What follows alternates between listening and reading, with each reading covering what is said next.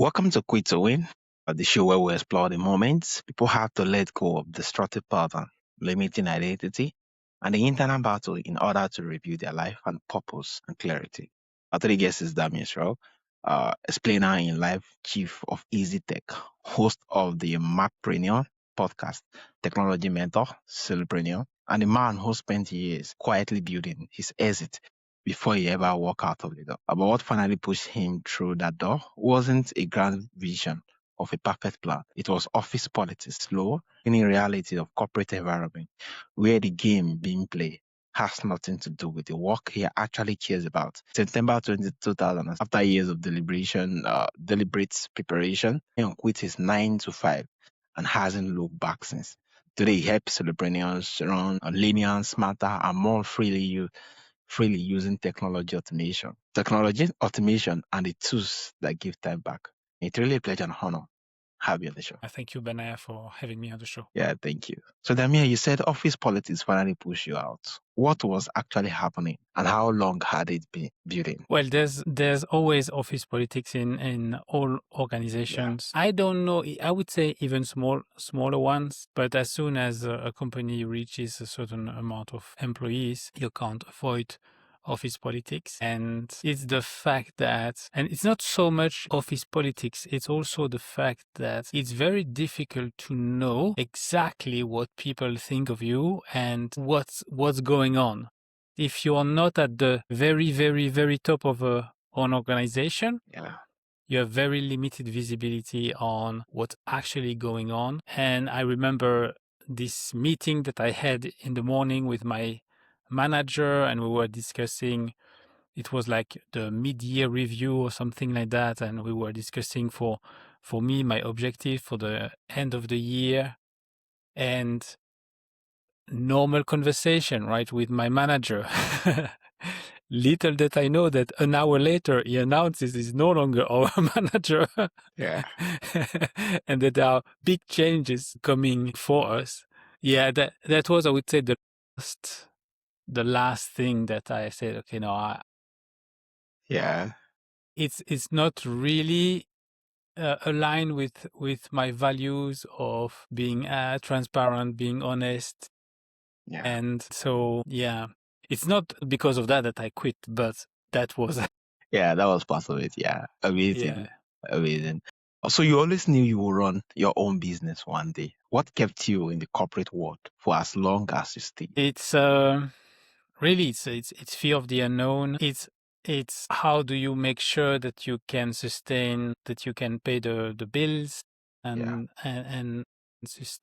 yeah, I had a family with young kids. We still have a mortgage, a house to pay back, and yeah, it's when you are young and you don't have too many responsibilities, I can understand that you make the gamble, right? You try out, and then who cares if I have to go and live with my for a few weeks or months before I find a job. But when you have already big responsibilities, for me it was a different story. And so that's why I did it the way I did it. And also, yeah, it's you've been in a system where basically you've been told, not necessarily told what to do, but you've been given direction all along. Yeah. Being an employee is very comfortable in the sense that you don't have a lot of decisions to make. Of course you do, but not nearly as many as when you are when you have your own business. Yeah, and so that was, I think, maybe not scary, but something that made me pause and say, okay, I'm not ready to jump in the swimming pool without testing the water a little bit. Amazing. Well, like you want more like a confirmation before you actually get to that. Amazing. Amazing. So you started Easy Tech in 2013 as a side hustle while keeping your salary. How deliberate was that strategy? And how did you know when you had to build enough to live? Yeah, so for me, again, it was to minimize the risk of putting my family in financial distress. Yeah.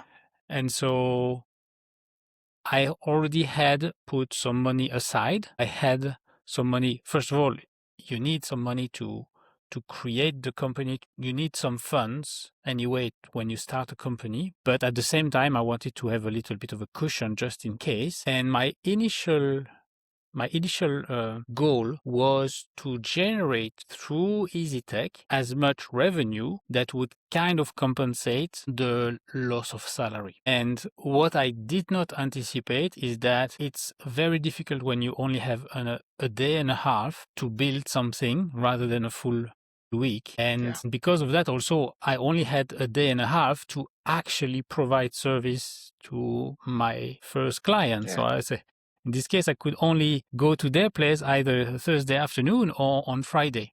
So it was also a limiting factor in how much revenue I could generate. And after a year or so, I realized that with the current clients, the clientele that I was building up and the way I was structured, that it would be a miracle if I generate as much money, as much revenue from the company as I did even with my part-time salary. Just for a reference for the listeners, I had been working at least 15 years. I had climbed the corporate ladder for R&D research and development facility. I have had at least 3 increases and I think maybe 4 increases in salary and position. So I had a pretty good. So financially speaking, right, if you would look at the financial side of things, you say Damien is at the top of his game at that time. But yeah, so in the end, I switched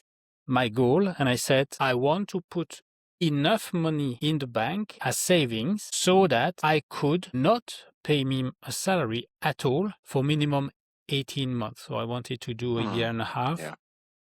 And then try to build up more clients and more revenue and see how it went. And with the money that I had already put aside and the money that I was generating, because I was still working 70% for my employer. So I was still generating quite a good salary.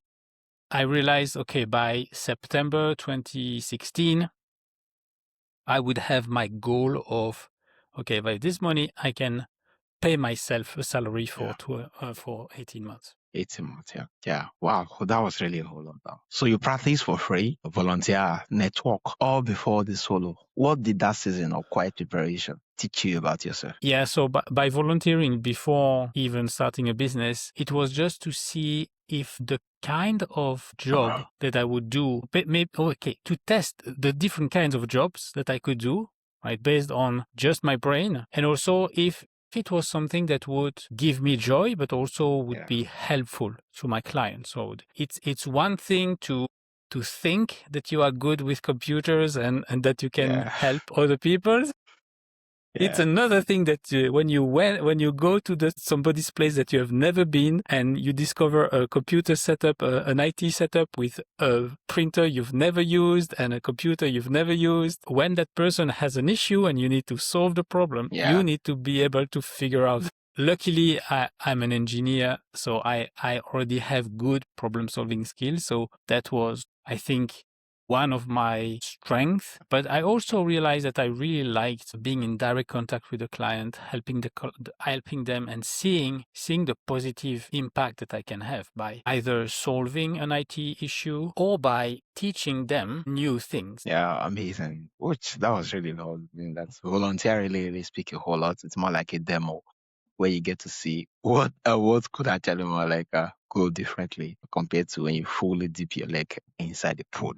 Yeah, amazing. So being self-employed isn't easy. What was the hardest part of the first year that you didn't fully anticipate? Yeah, it's the ramping up of new clients and the actual prospecting side of things.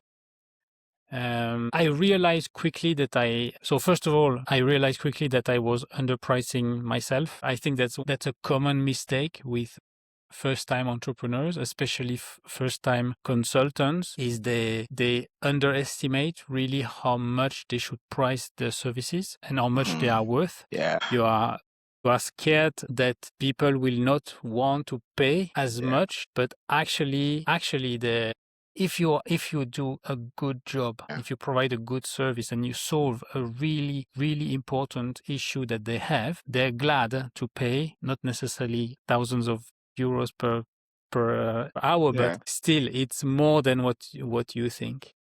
Yeah. And also, I also realized that I wanted to pivot away from consumers. So I was mostly going to residential customers.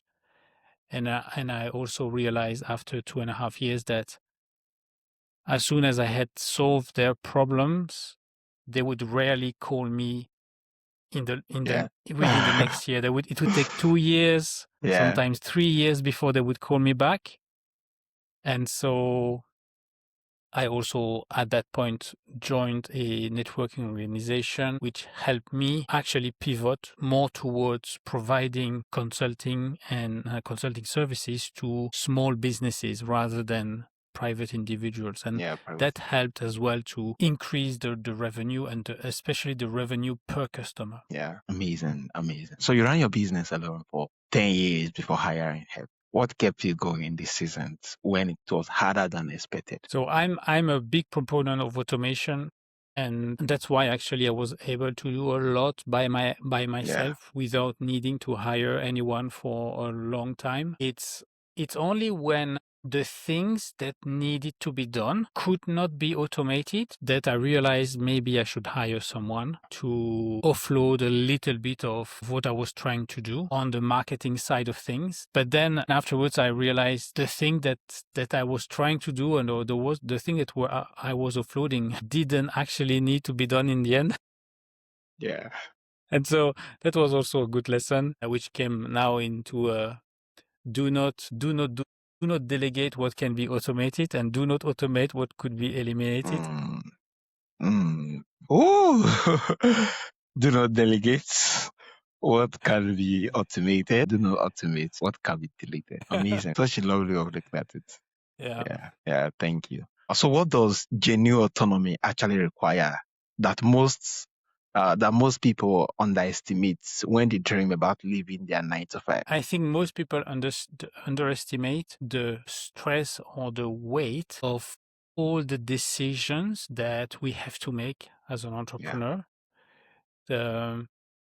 It's when I was an employee, I was in a cocoon. I did not realize I was in a cocoon, but I was. The analogy that I like to take is I was like a lion that grew in a zoo.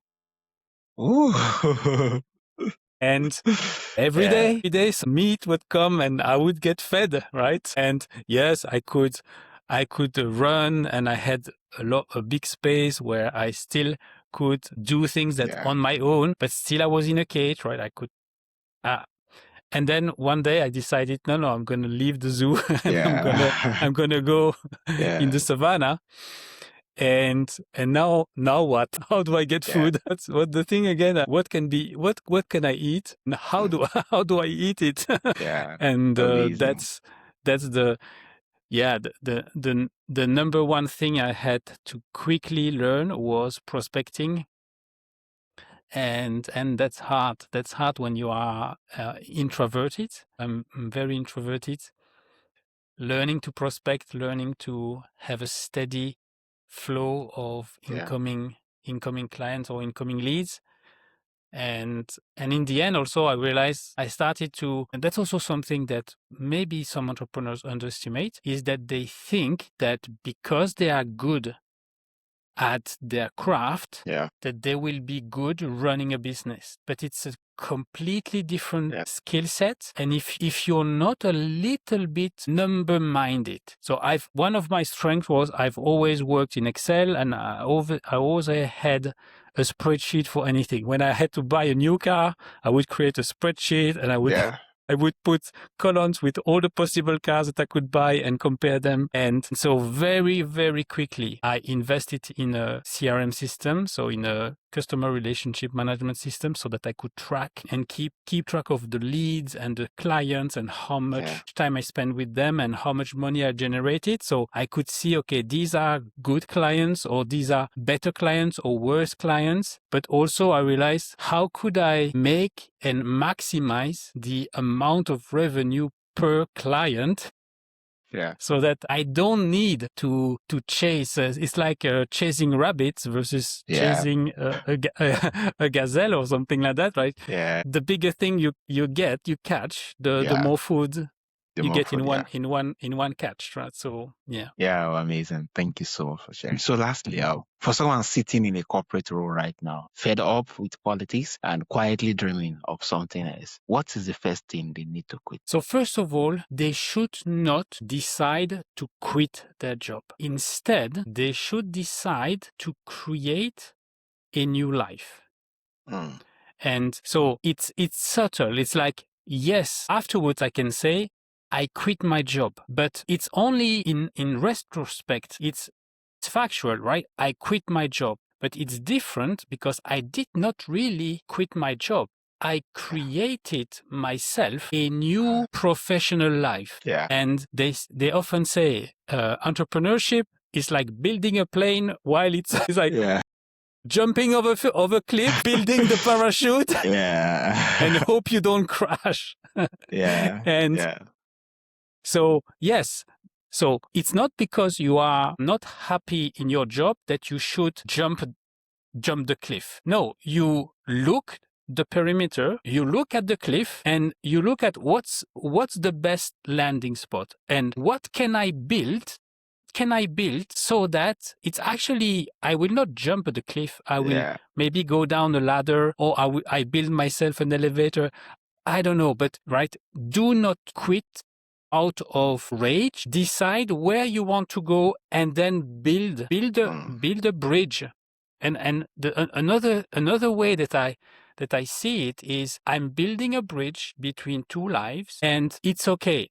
I never built a full bridge. I built two, maybe quarters, and the middle part is empty. What I did is I ran and I jump, and I hope and I know I will arrive at the other end, but don't wait also to build the full bridge, because sometimes it's too late. And you never build the bridge. Yeah, so true. Amazing. Yeah, entrepreneurship is moral. Yeah, sometimes building an aeroplane, jumping, making parachute while that's happening. And I think this is really lovely, especially the balance it puts to it. Make reference to the fact that don't just stick up quitting your job. Start creating something that at the end of the day, it become like a second job for you, even if you had to quit the first one into this new set of roles. And quitting a particular roles and wondering about what you are going to do, that could actually aid in another organization which you don't like. Yeah, it's really amazing, creating the life you want for yourself while still working on that particular role. Yeah, this is really amazing. Thank you so much for this balanced perspective. So for my audience who would love to reach out to you, for consultants, for coaching, more like to reach out to you, to connect with you and follow your various platform, how can they reach out to you, and where is the best platform? The best platform would be LinkedIn. And if they search for my first name, last name, they will land on me, because I'm the only Damien Schreurs in the world. So, I'm not the only Schreurs. There are many people with the same last name as I have, but Damien Schreurs, if you search on Google, you will see pages and pages of what I do online. Yeah, amazing. Thank you so much, Damien. Your story is a reminder that the most powerful exists are really impulsive. They are quietly prepared for, and then finally triggers by the moment you realize the environment will never change. Yeah, this has really been amazing. Now, for my audience who would love to reach out, check the show notes and get to see the link to actually take out the free efficiency quiz, and also to be able to kind of follow them in various media. Once again, it's really a pleasure and honor having you on the show. Thank you, Benaya, for having me.